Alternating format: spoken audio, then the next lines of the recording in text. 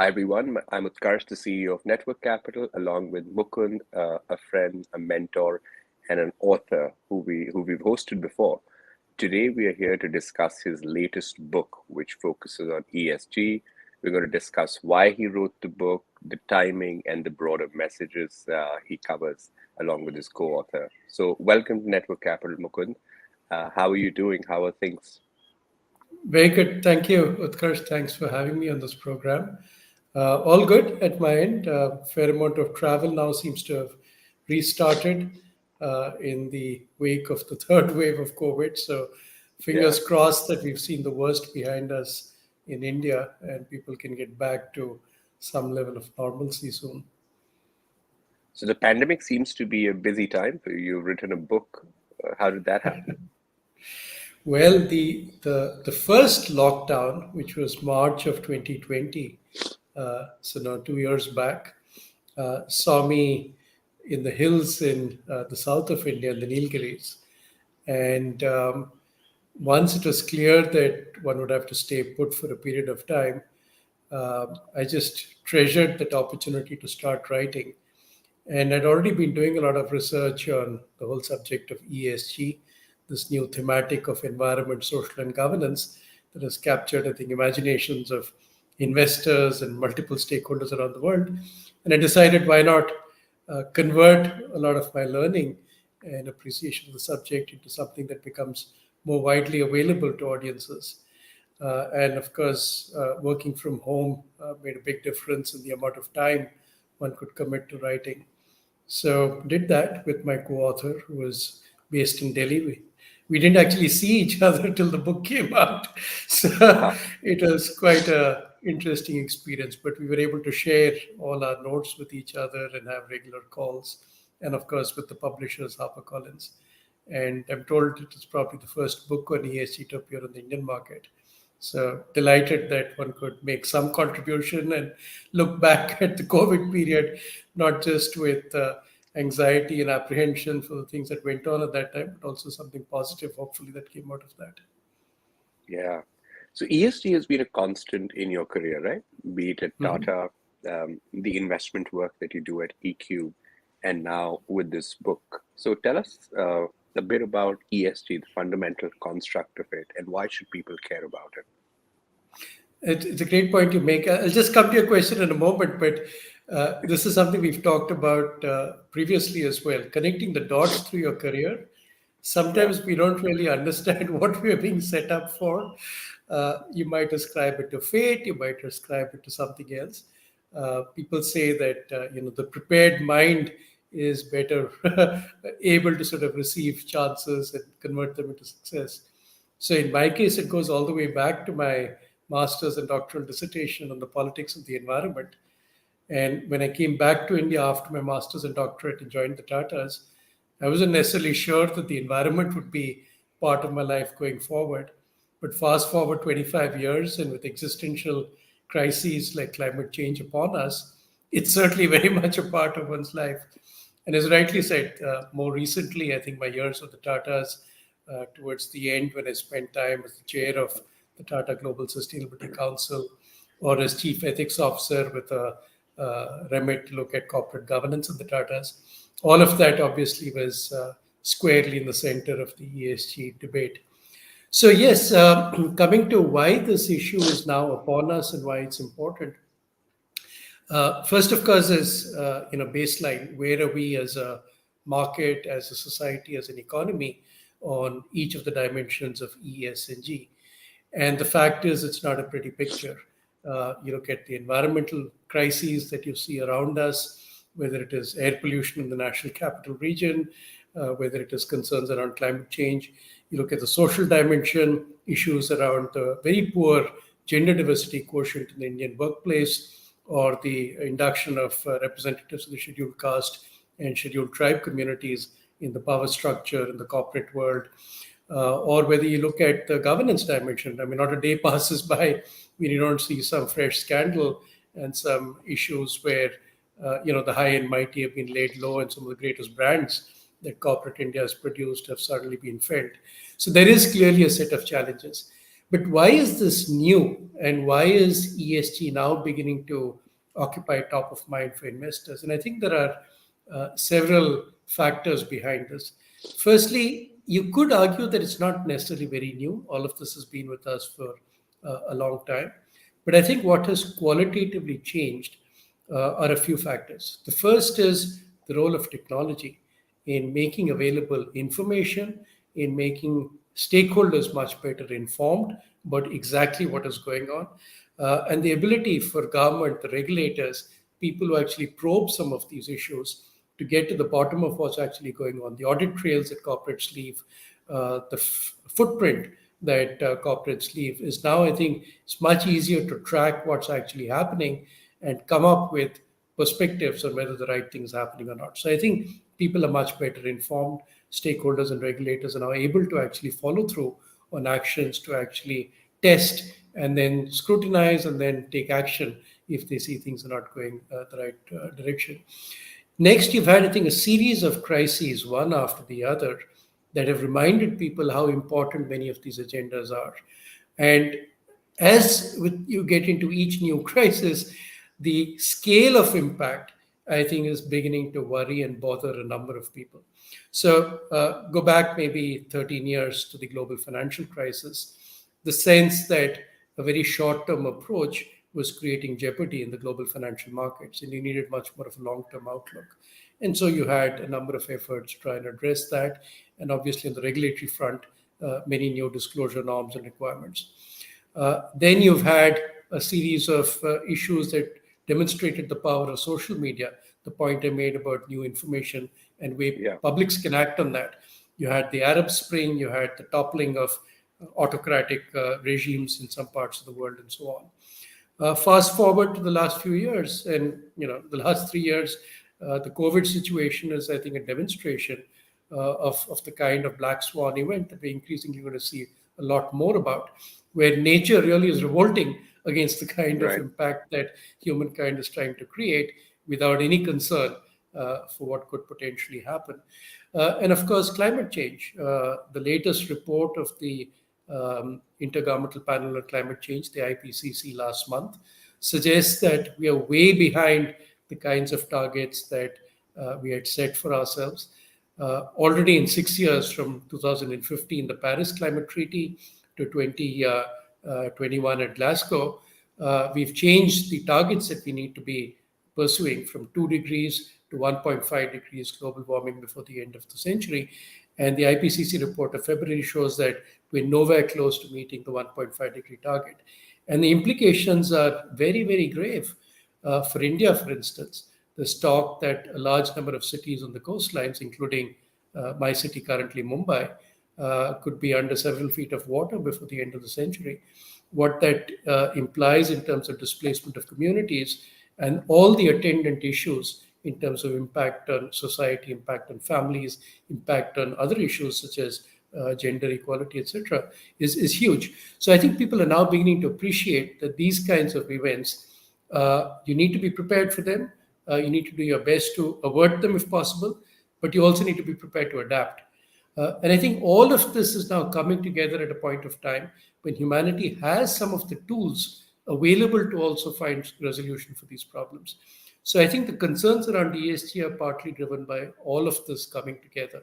So better information, more technology, more concern that black swan events could pose existential crises, and also an understanding that we have the tools to potentially tackle these if you all come together with the right kind of outlook.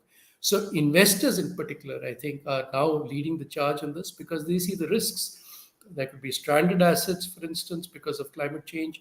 There could be businesses that fail. There could be manufacturing locations that are no longer viable because of issues around sea level rise. So investors don't want to put their money behind something that is going to fail very soon. And that's, I think, driving a lot more of the momentum now that you're beginning to see in the public markets and increasingly in the private markets. Today, there's probably something like $43 trillion of sustainable investing that's already taken place.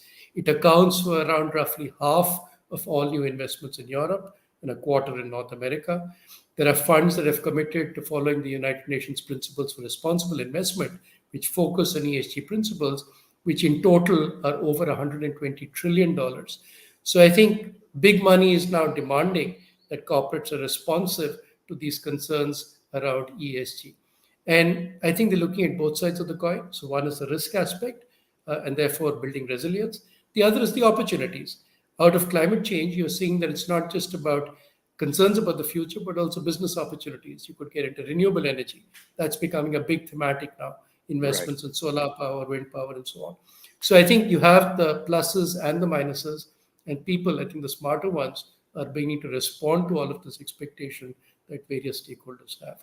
That's why it's becoming a really, really big theme around the world. Yeah. Just a quick note before we move to the next question. If people want to learn more about connecting the dots and learning about Mukund's career, the previous podcast, we'll link it in the show notes. So tell us, Mukund, has ESG been an afterthought for businesses all these years? And do you see that changing? You alluded to how investors are coming to fore and putting their money in what they believe in. But is ESG like core part of corporate strategy today? I think it's beginning to become a core part of certainly the more forward looking corporations. And there are some that have been doing very good work on many of the critical aspects of each of E, S, and G. But I wouldn't say that there have been exemplars who've been outstanding in everything that they've done in the past. Right. And I think part of the reason for that was perhaps lack of awareness, lack of information, lack of knowledge, and sometimes lack of technology that could help them to actually find the right pathways to doing better. But a lot of that Right. now has changed, and some of that is being given a sense of urgency by the public markets, by investors, by regulators. And so people are moving much faster on some of those pathways today. I think the best companies start with what I believe personally is the most critical issue, which is governance at the top. So, governance of how you look at ESG issues, the kind of leadership and strategy you provide towards addressing both the challenges and the opportunity set. And so the best companies in India today, look at Airtel, look at Infosys, they now have ESG committees at the board. So the ESG mandate is being driven right at the top, and then it's getting Right. cascaded across the organization. And the best companies, I think, engage with multiple stakeholders to understand what they could be doing better. And this is like the quality revolution maybe 20 years back. It's a journey. There's no end point where you say, I have arrived and now I'm perfect on ESG. It's like you can never say I'm perfect on quality. There's always something better that you can do. So Right. I think companies are now seeing that this is the way to move forward. On the regulatory side, particularly in India, I think we're also benefited by the fact that the Securities Exchange Board of India, the markets regulator, has now required that from this year on a voluntary basis and next year on a mandatory basis, the top 1,000 listed companies, so the role models for the rest of corporate India, have to produce what is called a business responsibility and sustainability report, the BRSR. And I Right. think with that mandate, now companies are being forced to put out in the public domain their ESG narrative, their policies, and the way they're approaching the entire subject. And I think that will open them up to much greater scrutiny in the future. And I think the best companies will be recognized and rewarded for doing well. The lousy ones, I think, should be prepared now to pay a big price because there will be naming and shaming and Mm. potentially investors who pull their investments from these kinds of companies. Yeah, again, the role of investors becomes at the forefront. So you talk about four important drivers of success in implementing the agenda. I noticed that the tone at the top, so that's clearly changing. That was one.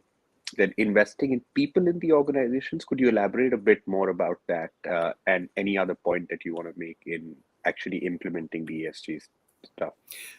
So, every organization, in its advertising or its in-house communication, will say our people are our greatest strength, and Right. we Yeah. believe in our people. Our people are our best brand ambassadors, so on and so forth. And that's actually true, because without your people, I mean, what is it that you can produce as a product or a service? And yet, actually, very few companies have the maybe the focus to really actually invest in their people and make sure they're prepared for both the existing and future potential challenges and that they treat them well.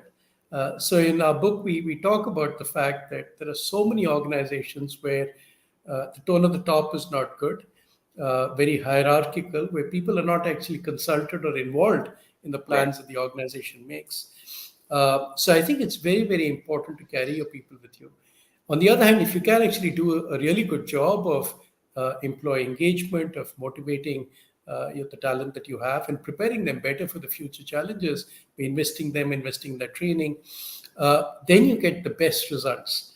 And I think in the Tata Group, where I worked for 2.5 decades, one saw that in practice. Now, there are various tools that companies have to get employees more involved. And one of these tools we talk about in the book is actually the Indian policy on CSR and corporate social responsibility. Now, there is a mandate for companies that meet a size and scale test to spend 2% of the net profits in corporate social responsibility. Very few companies actually bother to involve their employees in how this money is spent. Now, you Right. have to spend the money, it's a mandatory requirement. It's the simplest thing to actually consult and involve your own people in how it's spent. Even better, if you could get them to volunteer and participate in how the capital gets deployed and allow them to participate on the strength of their own skill sets. So let me give you an example. If, let's say, you're a software company like TCS, it makes a whole lot of sense to get a few TCS youngsters as part of a CSR effort to also work, let's say you're funding a local hospital, to work with the hospital to create an MIS program that's much better than maybe anything they currently have, in order to provide the best information to the doctors and the superintendents of the hospital. It uses the talent of your own people, gives them a sense of mission about how their work could be useful to the community, and is linked with the kind of spending that you're anyway undertaking. Those then deliver, I think, the best results because the employees feel proud that they're working for an employer who has a social conscience. They feel involved and associated with the value creation that's taking place for society. Now, in the Tatas, of course, we were greatly helped, I think, by the philosophy of our founder, Jamsetji Tata. He had this famous quote, which you'll see hanging on the walls of many Tata enterprises and offices, when he said, in a free enterprise, the community is not just another stakeholder in business, but is in fact the very purpose of its existence. And if you think about it, there's a profound wisdom in that statement. Without a successful society, without a successful community, a company cannot have successful customers. It can't have successful investors who will back it. Uh, so you really need to think about the welfare of those around you if you yourself want to be a sustainable entity for the long term. And that's essentially at the heart of what ESG is all about. So going back to your point, I think if you want a successful ESG action plan in your company, the place to start with is obviously there has to be a mission and a sense of strategy that is directed right at the top, where the levers of power and the sources of capital rest, starting with the board. But then you need to get the rest of the workforce to be aligned so that they're all sort of singing from the same hymn book, and you're having a collective impact which is much greater than just a few people in the organization knowing or talking about the subject. And this is true about any aspect of strategy, honestly. It doesn't just have to apply to ESG. It's the way in which you roll out an ethics program, it's the way in which you roll out new targets, a sales plan for the next year. Right now, everyone is focusing on finishing up budgets for next year as the new fiscal kicks in India. It's all the same concept of getting alignment within the organization because collectively you're much, much stronger than trying to approach some of these challenges individually. Yeah, definitely. What is materiality, Mukund? You talk about it in the book in the second chapter. So, one of the things that very quickly, dissuades corporate managers from learning a bit more about ESG is, oh God, it looks so vast. There are so many different parameters in environment. There's air, there's water, there's waste. On social, there are so many different things we need to think about, from your pay strategy towards the kinds of people you employ and so on. On the governance aspect, independent directors, committees of the board. I mean, it's such a vast set of issues. Let's just leave it to the board or to the managing director or a few people in the company to worry about. And that's actually wrong because the fact of the matter is, it isn't a vast subject. A lot of it is common sense. Some of it is already defined by regulation. Right. And the critical elements where you can make a difference are actually relatively few sets of issues that matter to your business. And so, materiality, in a sense, is simply a way of saying that look out for the issues from an ESG perspective that particularly impact your industry, your business. And they will vary from business to business. So there's not a one size fits all, and you don't have to worry about, as some organizations currently are doing, measuring over 700 input data streams to come up with an ESG score for an organization. We are saying, look, even half a dozen material issues, if you can address them in a given period of time, you're already making very, very good progress on the broader ESG agenda. So, what could these issues be? Now, let's say you're a manufacturing company, let's say you're a company in the steel sector. If you're using a blast furnace, which needs very high temperatures, you're probably using coal. And therefore, the climate impact is going to be very large. Carbon emissions will be a big part of the challenge you face in that industry.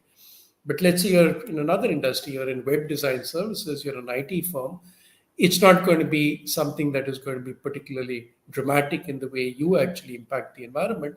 Maybe your issues are much more to do with how you manage your workforce and the people around you. That's going to be maybe much more material ESG issue for you. So materiality simply urges people to look at the few sets of issues that particularly impact their business and their industry, and these are not the same across companies. So don't lose heart if you think that ESG is a vast subject. It can be a vast subject, but to start on that journey, a journey of 1,000 miles starts with a single step. So start with just understanding what are the critical drivers of success in your particular business, and then take it from there. And those drivers of business, I mean, I would counsel people that don't look for more than half a dozen to start with, and focus on the half dozen issues you think are critical drivers of success. Do a good job on those. Benchmark yourself with the best peers in India and then perhaps the world, and then see how you're making progress, and then take on more issues after that. So, is this a broad understanding in the government among the top, among activists, etc., that materiality is going to be beneficial overall, or are there fears that if people are not very precise about 700 metrics, things can fall apart? No, I think everyone understands that we need to have a common language around what needs to be measured and how it gets disclosed and presented. Right. So, in fact, SEBI, for instance, on the business responsibility and sustainability reports, has put out a guidance note, which I think is a very good note, because they've talked about the fact that there are two kinds of indicators that they want to hear from companies about. And these indicators would include essential indicators and leadership indicators. So they're giving space to companies. Companies that are more evolved will want to disclose on the leadership paradigm, but companies that are a little less evolved in that space will at least disclose on the essential indicators. So I think there is an understanding that you need to give people time. It is a journey. They're going to evolve. It will take its own sort of time before they're ready. And I think that understanding exists. The other thing that's very critical is there are a number of different frameworks that can be used to make disclosures. And I think that, again, can be a little frustrating for companies, particularly the ones who have different sets of investors asking for different kinds of reports. There is integrated reporting. There is the Global Reporting Initiative, GRI. So I think there, probably your best bet is try and produce a world-class BRSR report, which in any case is mandated for the Indian public markets. And then if you have the bandwidth or the capacity, produce these other reports. But over time, the hope is that one universal framework will emerge. There is already work that is happening by an organization called the International Sustainability Standards Board, which was created, it was announced at Glasgow at COP26 4 months back. The work that they are doing, I think, in the next 1 or 2 years will lead to one universal framework, which will then just make the language of representation and disclosure uniform across the world, and therefore things will become much easier. Got it. Talk to us about media and the role it has played, both social media and mainstream media, in shaping general attitudes towards the subject. And how do you think it'll change in the years to come? So I think media has a tremendously important role to play. We have an entire chapter in the book on the role that media can play. Yeah, And we've the third given one. examples of what has happened in the past. So I mentioned the Arab Spring a little while back. A lot of the Arab Spring was driven by the first use cases, if you will, of getting community action going through social media engagement. And you're seeing that on a number of issues. Take the hashtag #MeToo movement. I think that was brought to the fore because of the relevance and use of social media. So I think going Yeah. forward, the fact that people are much better informed, can compare and exchange notes, and can drive action if they care deeply enough about an issue, means that on some of the ESG challenges, corporates are going to face a huge amount of scrutiny. It's like living in a fishbowl. The minute somebody senses there's something a little amiss, the word is going to get around really fast. And I think in that sense, social media has had a very, very important role to play. The more conventional media, the newspapers, for instance, the television news channels, I think many of them have a very important role to play in precipitating some of the key issues of our times and ensuring there is a conversation, discourse that takes place and trying to get policymakers to engage with this. I think, particularly an issue like climate change, if it is an existential issue that is going to impact us and we haven't already started taking urgent action, I think the conventional media, with their analysis, with the editorials, the op eds, have an ability to influence parliamentarians, legislators to try and get action going sooner than later. And I think that's a very, very important role. There is social agenda here that the media has to play a role in influencing and driving. So I think hugely important role of media. A lot of the lifestyle related issues also increasingly are being influenced by what people are hearing about things happening, trends happening in other parts of the country or other parts of the world. And again, the media has an important responsibility in showcasing how people are finding solutions to problems all across the world. The Prime Minister at Glasgow, came out with this phrase that he said, lifestyle for environment. And we often ask ourselves, right, why isn't the government doing enough, or why aren't corporates doing enough, or why aren't the courts punishing people who are stepping out of line? And yet, we very conveniently often ignore the fact that at the end of the day, a lot of the materialistic consumption that impacts issues around environment, for instance, is happening at the level of the individual. If each one of us could change ourselves and change our modes of consumption, for instance, it could make a lot of difference. So that concept of lifestyle for environment, again, I think is something that the media could play a very important role in educating, informing, and influencing change. So I think hugely important role that the media has played in the past, and will need to play in the future. Yeah. Is there a generational angle to it? Are millennials and Gen Zs more attuned towards taking care of these causes? Is there any data on that? There is. I think there's emerging data that suggests that certainly Gen Z and to a lesser extent perhaps millennials care deeply about the quality of the environment that is going to be left for them to enjoy in the coming decades. There is a sense that the previous generation has, screwed up a lot of the world for the use of subsequent generations. On issues like volunteering, I can testify to the data we had from the Tatas, for instance. We used to run these volunteering programs. In the very first year that we launched it, which was probably 2014, we had 100,000 signups. The vast majority of them were what you might describe as Gen Z millennials, the younger part of the millennial crowd. Hmm. And these are people who I think greatly appreciated the fact that an employer like Tata's was asking them to spend more time on social causes outside of the workplace and to work with nonprofits. So my sense is very much that the older generation is still a little bit, we all grew up at a time when India had a scarcity economy. Life wasn't that simple. Earning an income was not the easiest Hmm. task. You didn't have much job opportunity. So you try and hold on to a lot of those. I think the current generation of young people entering the workforce, much more willing to take risks, much less wedded to a job for life.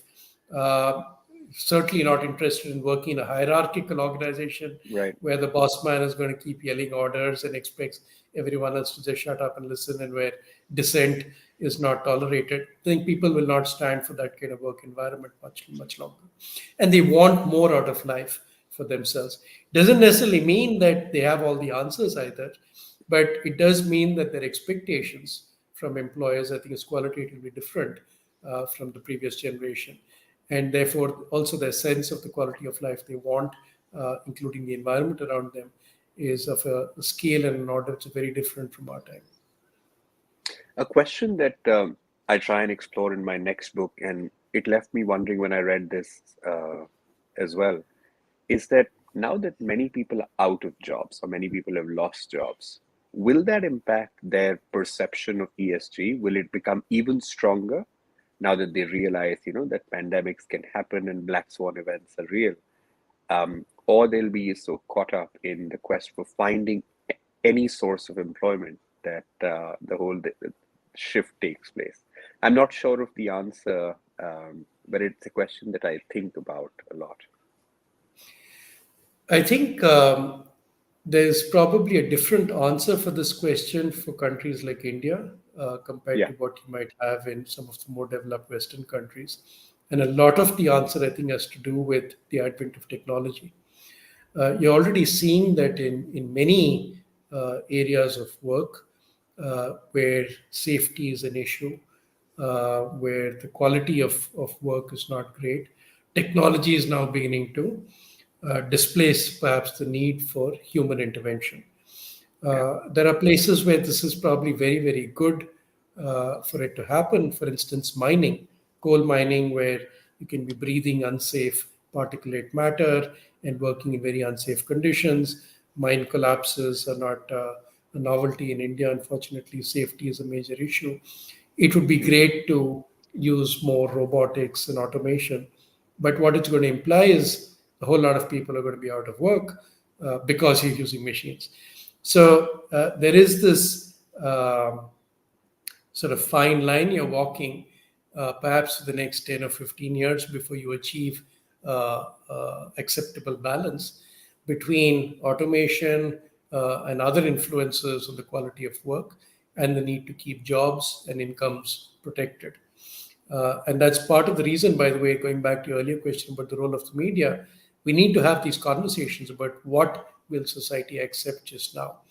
If you start shutting down stuff wholesale because it's problematic for the environment and then it curbs growth and it displaces people from work and it stops income generation possibilities, you may be actually creating an even bigger problem in terms of social challenges and strife.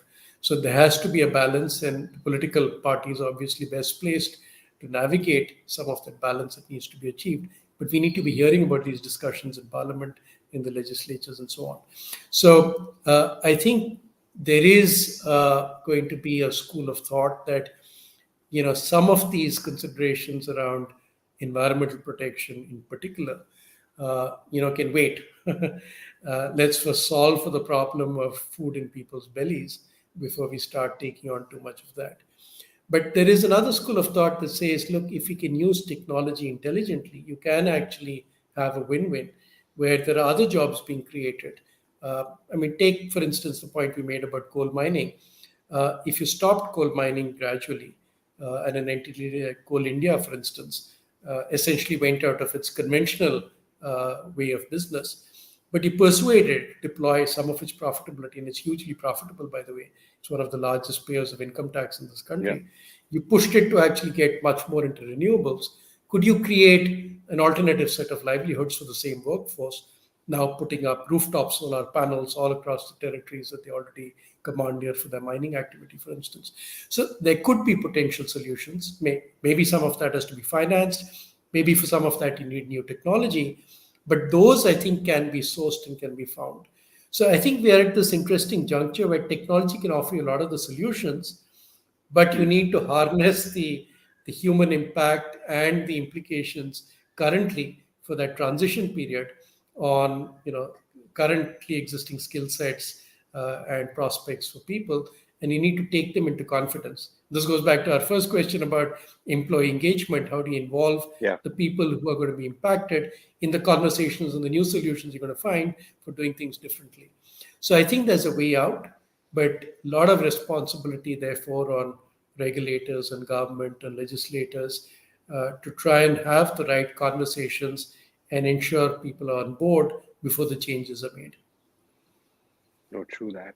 One of the things that I loved about the book is that it looks at ESG in terms of systems thinking. It's not just looking at it from one lens. So I'd like for you to connect the dots between corruption, uh, funding of elections, and ESG formulation. So, since the book is a lot about what happens in India, and one has talked about in the book, the sense of optimism of the future and whether Indian companies rise up to the challenges in good time. And the fact is, unfortunately, too often, I think Indian companies have been quite content to, in a sense, milk the system. Maybe those are very strong words, but there have been enough examples of that. 2, 3 years back, the chief economic advisor actually came out with an economic survey which had a significant thrust on the perils of crony capitalism, which Yeah, we've seen enough and more of. And a lot of examples are given by the government in that document on crony capitalism. So we have suffered from this in the past in India. And, if corruption becomes endemic, if it seeps into people's way of life, if you start thinking that for everything there is an easy solution or a quote unquote jugaad that can be found to work your way yeah, out of the problem simply by influencing a policymaker or a bureaucrat, I think it becomes very, very corrosive. I would go to the extent of arguing that India is very poor spending on research and development. We spend something like 0.7% of the GDP on R&D, and that's been pretty much static for 3 decades, even though we supposedly liberalized and opened up to the world 3 decades back. That number hasn't changed much. You compare that with China, which is 3 times that number, and on a yeah, much larger GDP base. It's much lower than the United States, much lower than Japan, much lower than Germany, countries that are reputed for the quality of world class innovation that takes place in those geographies.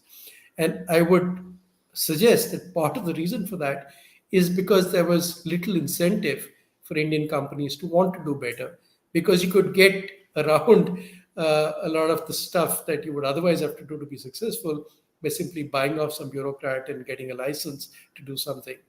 So that, I think, is one part of the equation. The other part of the equation is, why does government permit this? Because after all, you'd think government would want uh, higher revenues, a more prosperous community, higher taxes that they can then spend on right. more public work, and there's a virtuous cycle that could create. And unfortunately, as we described in the chapter on the state and corruption in India, part of the challenge is that not all individuals in politics and not all political parties necessarily have this, in a sense, enlightened view of what needs to happen with the nation and its growth prospects. Many of them are in politics and see it as a business, as a way to make money, and actually profiteer from some of these ways in which you can twist rules and regulations and through corruption earn much faster and much more than you would if you have to make an honest living. And therefore, they are putting the squeeze on corporates. Now, where does this become most relevant? It becomes most relevant when elections are going to happen and the political parties need funding in order to fight the elections. And so the squeeze becomes a little stronger as you get closer to elections. And we're seeing that in India. In the last general elections, we apparently spent more money on an Indian election than the United States spent on the US presidential election. Now, the standard of living and the revenue, the GDP in the United States, is many-fold the times of India. Can a poor country like India afford to spend the same amount? It just beggars belief, right? So we're trying to then connect those dots and say that corruption has been endemic. It has impacted the willingness to take risks and earn an honest living for a lot of corporate India. It has created this unholy nexus between politicians, bureaucrats, and some elements in the corporate world. And net net, it has left the country worse off and spending amounts of capital which we don't have, which have to be recovered eventually, and will happen through more corruption. And therefore, it is a huge, huge problem for this country if we don't resolve that. And things aren't getting much better. India still ranks in the mid 80s in the Transparency International index of the most corrupt nations in the world. So it is going to create long term problems. The good news is there are questions being asked. There's even a political party, as we know, the Aam Aadmi Party, which came up on the back of a lot of these discussions and debates about corruption. All the political parties now will, at least on the face of it, say the right things about controlling corruption. We'll have to see whether they walk the talk. But I think the public needs to be much better informed that this unholy nexus has taken a huge toll and will continue to take a toll on India's capability of addressing some of these ESG challenges, including environmental challenges. You keep hearing about rules being broken and flouted, and then the next set of floods that happen in states like Uttarakhand and so on because of corrupt practices in the way people are allowed to build alongside riverbeds and so on. So we'll see these issues continuing unless we actually put a lid on corruption in this country. Mukund, how are companies communicating to their shareholders about what they stand for? And is there scope for improvement? Have companies by and large in India done a decent job of that? I think it varies from company to company. Some do a better job than others. I think the public markets disclosures now will help because there is going to be a certain amount of essential hygiene factor that is going to be built into the reportage. In the past, it wasn't very clear who was monitoring what was getting disclosed, and so you had very variable information that was being provided to the public. Now, I think with the SEBI guidance notes, you will see a little bit more standardization and you'll see a bit better quality, I think, in the reportage that you'll see emerging across the board for most companies. I think the best companies have also utilized their CSR spending to tell a good story about what it is that they're concerned about in terms of social issues and commitments. So using your sustainability report, using your CSR reports, using your annual reports to communicate better with your stakeholders, I think the best companies do a really good job of that. But many other companies can take a cue from that and do better. Communication, in some ways, is actually the easiest part of the challenge, right? At least telling people what you stand for, what you're looking out for, what you'd like to do better. I often give the example of some of these net zero commitments that we keep hearing about in the context of the climate change issue, right? Nobody is expecting you to change the world overnight. If you look at the net zero promises that most large companies around the world have made, they're out in time. Unilever, for instance, says 2039 is when they will achieve net zero. That's still 17 years away. So nobody's expecting you to promise and show that you're going to change the world overnight. But what they are expecting is starting with a sense of mission, a sense of purpose, the kinds of values that you espouse, your broad set of ambitions, and what it is that you're going to try and do. And it doesn't have to be done in a year or two. It can be done in 16 or 17 years also. But they need to hear that story. And not too many companies are very good at that kind of communication, what it is that we really stand for, and what is it that we are setting out as ambitions for ourselves. So I think you'd like to see a bit more of that in the Indian markets, but I think it's beginning to happen. You're beginning to see some very good information and reportage that's starting to happen, I think, from the larger corporates for sure, and more of the smaller corporates are following. And at the end of the day, for many of them, there's a strong incentive. You do a good job, you're able to attract patient capital that likes your story and that stays invested and influences the retail market as well. I mean, there's nothing to lose, right, if you can do a good job of communication.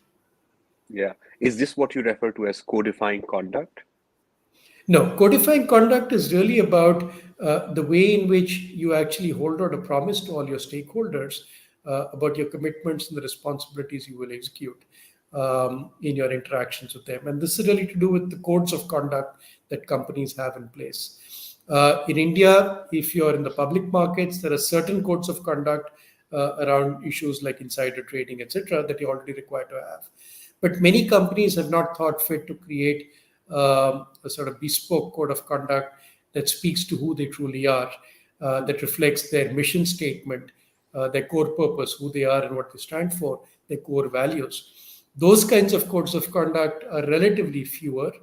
And we've, of course, in our book talked about sample codes of conduct, which are very easy to adopt, which some of the industry associations, for instance, have put out. But I think if you're an organization that wants to have long-term success, that wants to be around hopefully 100 years from now, to try and build the culture, you need to start really explaining to all your stakeholders, starting with your own employees, who it is you are and what you stand for, right? And the code of conduct is the best place to capture all of that commitment, that sentiment about you as an organization, why you exist. Would the world be better off with you around or without you around? You need to convince people that you're there for them. The example I gave of the Tata Group earlier, the sense that a successful community, a successful customers, successful shareholders is important for a business's own success, meant that in the Tata Code of Conduct, we had commitments to all of our stakeholders, including government, including lenders, a commitment to the environment. All of that was captured. Once you do that, then it becomes much easier to win the confidence, win the trust of your stakeholders. And it's when you do that that you really can aspire to true success in business. Got it. So should there be mandatory codes of conduct or stewardship codes of conduct? See, I think beyond a point, government can't tell people how to behave, right? And we've seen that you can have the best codes of conduct. In the book, we give the example of Enron, and then you collapse because nobody's actually following the code of conduct. So the next step will be, once you have a code of conduct, are people taking it seriously? What kind of training takes place? What kind of investment do you make in educating all your stakeholders about it? How do you measure and monitor the effectiveness? There's no end to it, right? How much is a guardian or a custodian of rules and regulations like the government going to monitor? Ultimately, in a free market, you would want that everyone sees a self-interest in doing it, and there's as little oversight or supervision by elements of the government in forcing you to do that. We already talked about corruption being a problem in India. The next thing, if you said the codes of conduct are going to be evaluated, I can see a few more, greasy palms being put forward by bureaucrats who will threaten to punish you if you don't sort of take care of them. So I don't think we want more regulation. I think what you want is to persuade people that, look, this is in your own self-interest. If you want to stick around, if you're very short-term oriented, you don't care if you flame out in 5 years, as some of India's hitherto best-known brands in spaces like aviation and financial services have witnessed in recent years, then it's a different matter. But if you really care about creating a 100-year organization, then these are things you need to take very, very seriously. Do you think shareholder activism has a role to play here? Absolutely. That's becoming, I think, really big. It's already there in a big way in many of the more developed markets overseas. I think in India, it's beginning to happen. And you're seeing evidence of that, for instance, in shareholder resolutions, where minority shareholders are overturning resolutions that have been put forward by management on issues such as CEO compensation or re-election of senior directors. And I think that's a very, very good sign. And a lot of this has been fueled by a very interesting amendment that was made in the Companies Act in 2013, which said that on related party transactions, a majority of the minority shareholders have to give a positive consent. And what that has done, it has meant that any transaction where promoters are involved, the majority of the minority shareholders have to give their consent. So on issues like CEO pay, if a promoter is being paid something or is trying to enrich themselves more than may be warranted by market conditions, the minority shareholders can block that. Or if there is a set of directors that the promoters are closely aligned with, that they want to re-elect, the minority shareholders can say no if they think those directors have not played their fiduciary responsibility and duty properly. So I think there's more power in the hands of small shareholders. There are also other clauses in the 2013 amendments, including class action suits. You hear a lot about class action suits in markets like the United States. India, we haven't really tested the waters on that so far, but I'm quite sure fairly soon there will be a set of very active shareholders who will take it upon themselves to file class action suits. Lastly, you have activist investors who command significant amounts of capital. In the book, we've given the example of Elliott Management, which took on the IT services industry, in particular one company, Cognizant, where it felt that there was a lot of cash on the balance sheet which could be returned to shareholders in case there weren't better alternatives to deploying that. They worked with Cognizant. Initially, there was fair amount of letter writing and pressures of various kinds. And eventually, they persuaded the management to do a share buyback, the first of many share buybacks between 2017 and most recently, I think, TCS share buyback. In this period of time, thanks to the efforts of Elliott, the IT services industry has returned cash of over 100,000 crores to shareholders in India. So you can see the power of some of these activists coming forward, pursuing a single-minded agenda and forcing the pace of change. And I think in the future, they will start collaborating with each other. Elliott did it on their own, but in the future, you'll see more Elliots emerge and working in partnership or cooperation with other like-minded investors, also persuading minority shareholders on the retail side to work with them and force the pace of change on ESG issues. Yeah. I mean, at EQ Investments and in general throughout your career, you've essentially been paid to make high-stake, important decisions.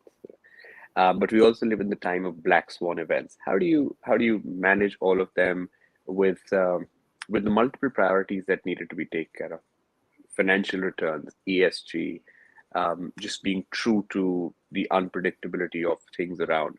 How do you, as an individual, make sense of the kind of world we're living in? And what advice do you have for fund managers, CEOs, young professionals trying to live in a world with so many black swans when it's difficult to make high-stake decisions? So pressure and difficulty in strategic choices, I think, has been there since the dawn of time. It's never going to go away, and people just need to learn to live with that.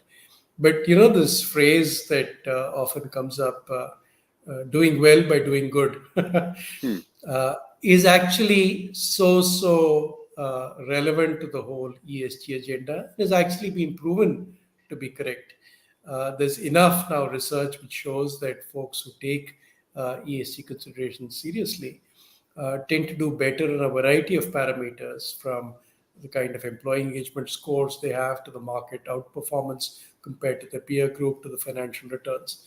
So I think that debate pretty much is resolved, certainly for those who look at the data quite closely. What you need, therefore, is essentially to harness some of these senses of best practices and the right ESG principles and make that a part of the way in which you function and think about the future. And as I said, it gives you a very good handle to both address risk as well as opportunity. So, if you're going to stay wedded to the old ways of doing business and think that there's only one way of doing stuff and you're not going to be bothered about many of these new trends that are impacting business, you're going to be caught out and the market will find you out sooner than most.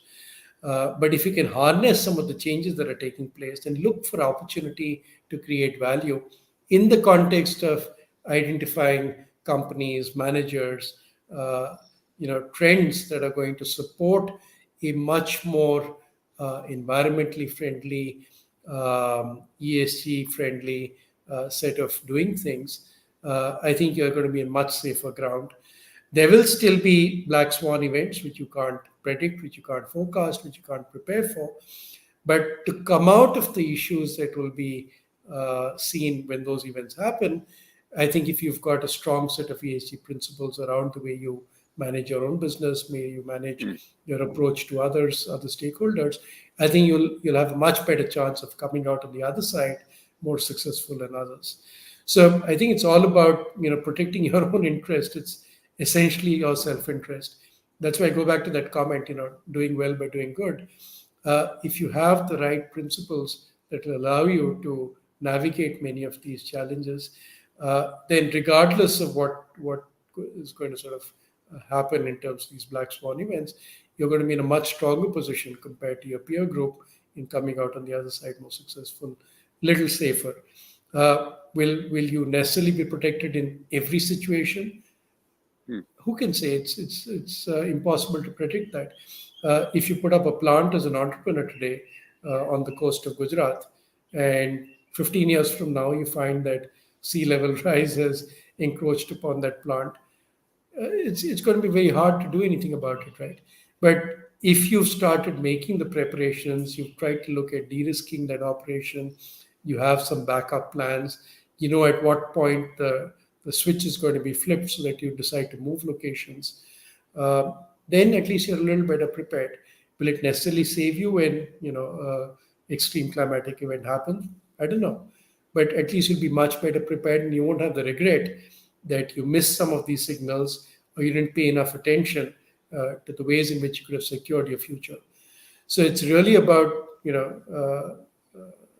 your sense of what is sustainable development all about, and how can you prepare for the future in a way that allows you to come out with at least all the things that you can control having been addressed.